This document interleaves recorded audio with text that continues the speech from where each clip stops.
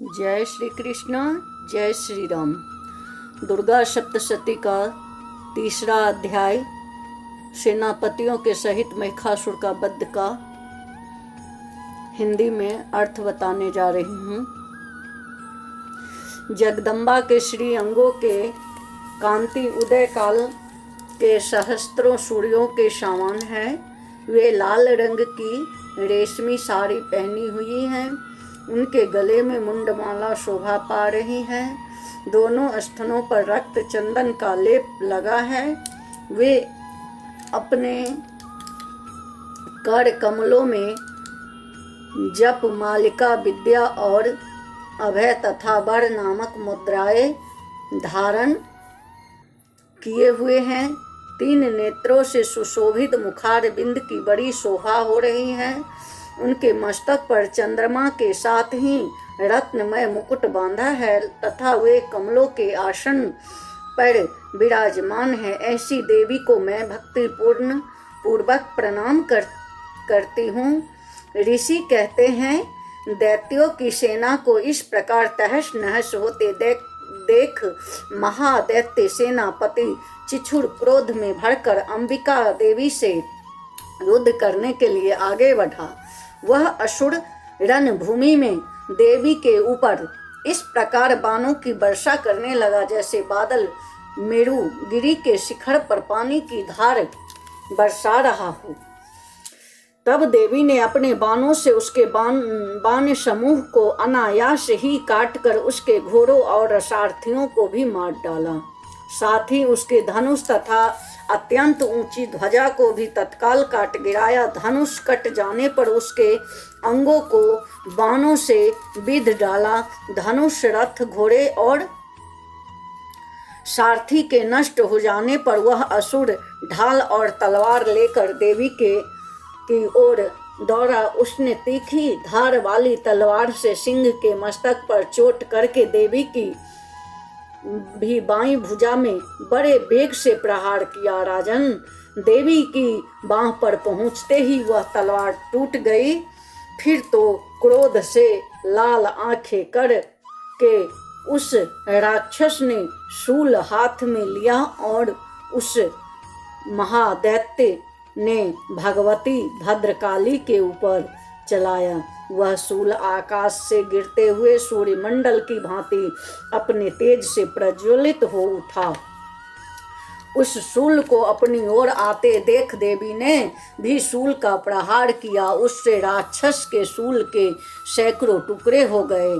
साथ ही महादैत्य चिछुर की भी धज्जियां उड़ गई। वह प्राणों से हाथ धो बैठा। महिषासुर के सेनापति उस महापराक्रमी चिछुर के मारे जाने पर देवताओं को पीड़ा देने वाला चामर हाथी पर चढ़कर आया। उसने भी देवी के ऊपर शक्ति का प्रहार किया, किंतु जगदम्बा ने उसे अपने हुंकार से ही आहत एवं निष्प्रभ करके तत्काल पृथ्वी पर गिरा दिया। शक्ति टूटकर गिरी हुई देख चामर को बड़ा क्रोध हुआ।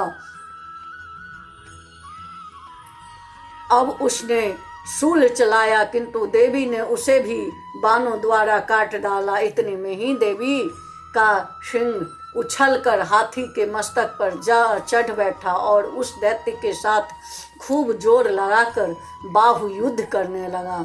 वे दोनों लड़ते लड़ते हाथी से पृथ्वी पर आ गए और अत्यंत क्रोध भरकर एक दूसरे पर बड़े भयंकर प्रहार करते हुए लड़ने लगे। तदंतर सिंह बड़े वेग से आकाश की ओर उछला और उधर से गिरते समय उसने पंजों की मार से चामर का सिर धड़ से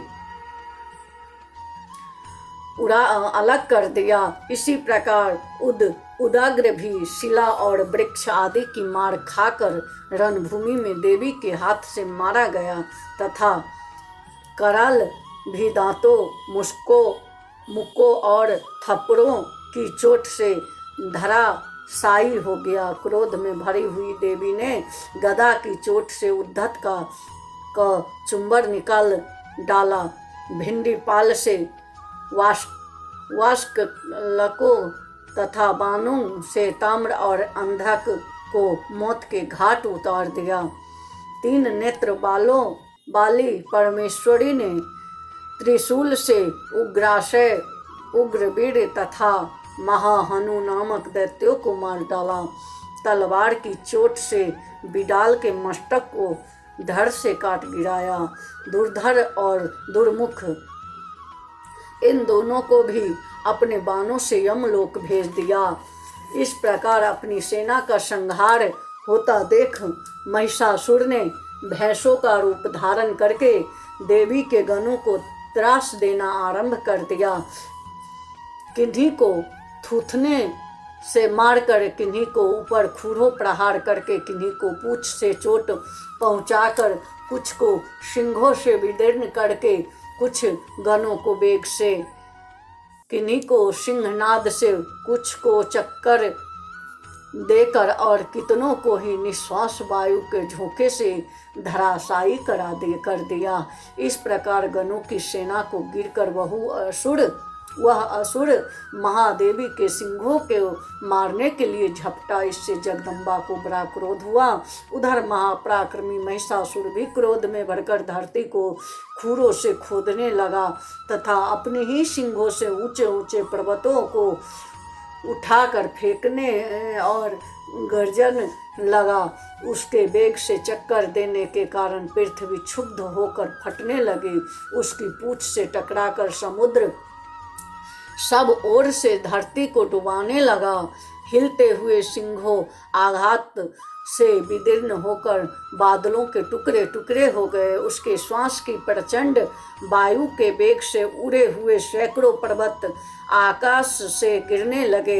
इस प्रकार क्रोध में भरे हुए उस महादैत्य को अपनी ओर आते देख चंडिका ने उसका वध करने के लिए महान क्रोध किया। उन्होंने पास फेंककर उस महान असुरों को बांध लिया।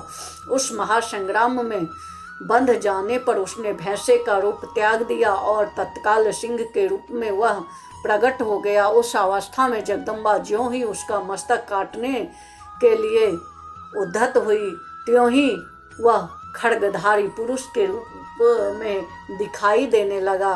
तब देवी ने तुरंत ही बाणों की वर्षा करके ढाल और तलवार के साथ उस पुरुषों को भी बिंध डाला। इतने में ही वह महान गजराज के रूप में परिणित हो गया तथा अपनी सूंड से देवी के विशाल सिंह को खींचने और गरजने लगा। खींचते समय देवी ने तलवार से उसकी सूंड काट डाली। तब उस महादैत्य ने पुनः भैंसे का रूप शरीर धारण कर लिया और पहले की ही भांति चराचर प्राणियों सहित तीनों लोकों को व्याकुल करने लगा। तब क्रोध में भरी हुई जगन माता चंडिका बारंबार उत्तम मधु का पान करने और लाल आंखें करके हंसने लगी। उधर वह बल और पराक्रम के मद से उन्मत्त हुआ राक्षस गरजने लगा और अपने सिंहों से चंडी के ऊपर पर्वतों को फेंकने लगा। उस समय देवी ने अपने बाणों के समूह से उसके फेंके हुए पर्वतों को चूर्ण करती हुई बोलते समय उनका मुख मधु के मद से लाल हो रहा था और वाणी लड़खड़ा रही थी। देवी ने कहा, ओ मूढ़, मैं जब तक मधु पीती हूँ तब तक तू क्षण भर के लिए खूब गरज ले। मेरे हाथ से यही तेरी मृत्यु हो जाने पर अब शीघ्र ही देवता भी गर्जना करेंगे। ऋषि कहते हैं, यूँ कहकर देवी उछली और उस महादैत्य के ऊपर चढ़ गई।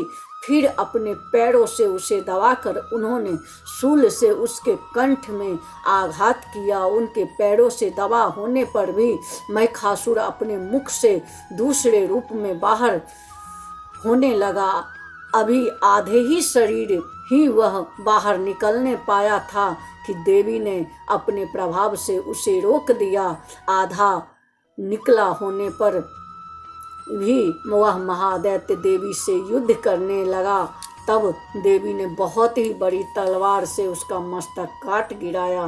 फिर तो हाहाकार करती हुई दैत्यों की सारी सेना भाग गई तथा संपूर्ण देवता अत्यंत प्रसन्न हो गए। बोलिए जय श्री कृष्ण, जय श्री राम।